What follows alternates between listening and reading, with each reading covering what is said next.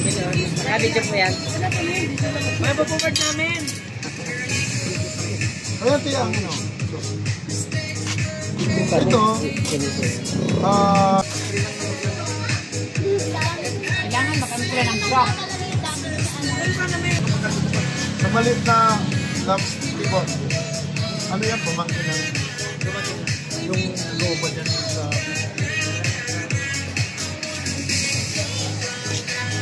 Ayan. Ito, may laing kami sa 12 inches. 6 inches. Ito, 9 inches. Dito ito tarpulin lagay mo. Ay, pangat. Sorry. Ayan na, ito naman. Ito naman yung inches.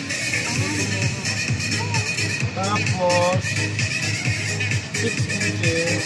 Ito.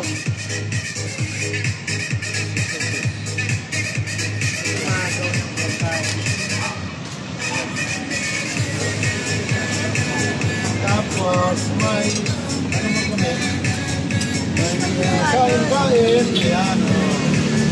Meron kaming budget meal, 50 pesos, 1 fried chicken, 1 cup of rice, 50.